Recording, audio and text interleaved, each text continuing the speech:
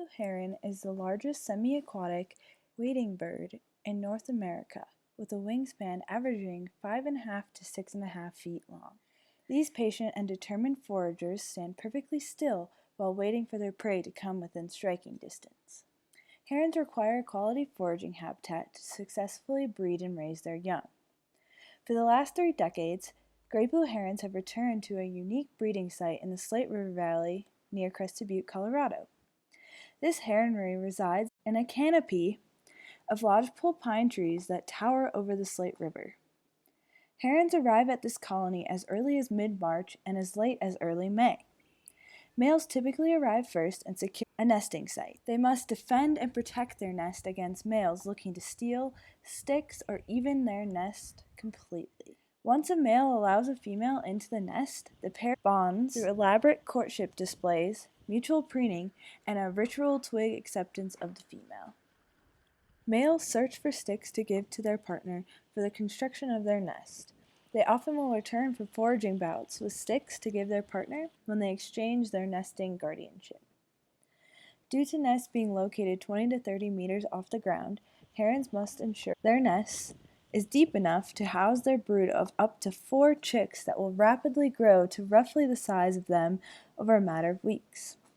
During this early stage, the pair spend much of their time together at the nest, doing nest maintenance, preening, or just resting in a posture.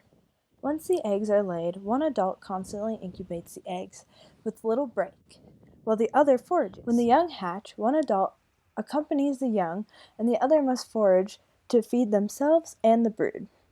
Once the chicks are 20 days old, both parents must forage simultaneously in order to meet the demand of the rapidly growing young.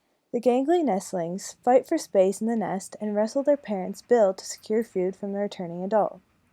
These events can be intense for the nestlings and the parents, but are vital for chick growth and survival.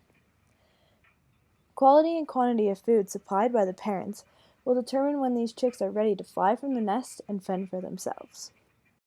The habitats these herons rely on are dependent on annual snowfall and snowmelt dates. In the 3 years of documentation on this colony, weather patterns differ dramatically, and these changing snowfall patterns pose a threat to heron foraging habitats, which impact reproductive success. So I've just finished up a day of data collection. I'm now walking down Smith Hill Road. I got up here around 9 o'clock this morning, came out to collect some data. The types of data I was collecting include tallying the cars and the bikers and the runners that come by. I'm also documenting heron behavior, so we're doing scans of the whole colony and we're doing focals of just singular birds. Some interesting things that have happened today were that nest 32, a nest that we originally thought might be a failed nest, has had a chick. It's very tiny, very cute, little gray fluffy blob in the nest. We have a few birds that are wandering around the area. They haven't completely fledged from the colony yet, but they're making their way. They will soon. We aim to uncover if weather patterns play a role in how herons spend their time, while also uncovering the impacts of human activities on their behavior. We found through this observational study, herons spend the majority of their time in a posture, especially in the early morning as they await the sun to rise over the hill and sweep across the valley, warming these birds after a chilly night's rest. Herons also spend much of their time preening their feathers, at the nest and in other habitats. But when eggs are present, incubation takes up much of the heron's time.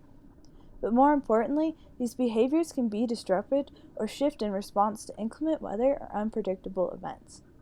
For example, we found inclement weather such as precipitation, in combination with minimal temperature and high winds, caused herons to increase their time incubating in order to protect the eggs. Extreme weather events are of high concern as they are projected to increase in frequency as a result of anthropogenic climate change. Increasing demand for recreation also poses a more direct threat to heron success in this valley. We documented human activities around the vicinity of this heronry. We found river recreation to elicit the most disturbance responses in herons, likely due to this event occurring in close proximity to the nest. Gray-billed herons are sensitive to human presence and respond by becoming alert, performing distress calls, hunkering, and flushing from the nest. When an adult flushes from the nest in response to a disturbance, it leaves eggs and chicks vulnerable to predation and exposure. This can be detrimental to heron success. We observed on one occasion an adult attempting to feed its brood being flushed by a river recreation event and not returning to the nest for many hours. We also documented heron foraging to decrease after river recreation events, as many herons are flushed from their location in the wetlands. This heronry is faced with the increased pressure of changing weather patterns, but is also pressed with the increased demand for river recreation. An adaptive management solution to protect the heronry has been enacted since 2019. We asked river floaters to hold off floating the river until July 15th, or the date determined by the researchers to when 50% of the chicks have flown from the nest. This request was only voluntary, and in many years when the river was projected to be too low to float by July, floaters chose to disregard the request and take advantage of the river while they still could. This demand to recreate the section of river puts immense pressure on the sensitive breeding population, whose persistence is currently unknown, as we have documented a 28% decline in the number of active nests since 2018, along with a decline in reproductive success. Although we only have 3 years of documentation of this colony, and the literature shows that nest numbers fluctuate within a colony each year, we cannot determine the persistence of this colony into the future, as it is faced with the increased pressure of human presence and changing weather patterns. Gray-billed herons have been known to be great indicator species of ecosystem health. It is possible that this decline in the heronry is also a representation of a decline in the wildlife in this area, though future studies will need to be conducted in order to uncover the truth behind this hypothesis.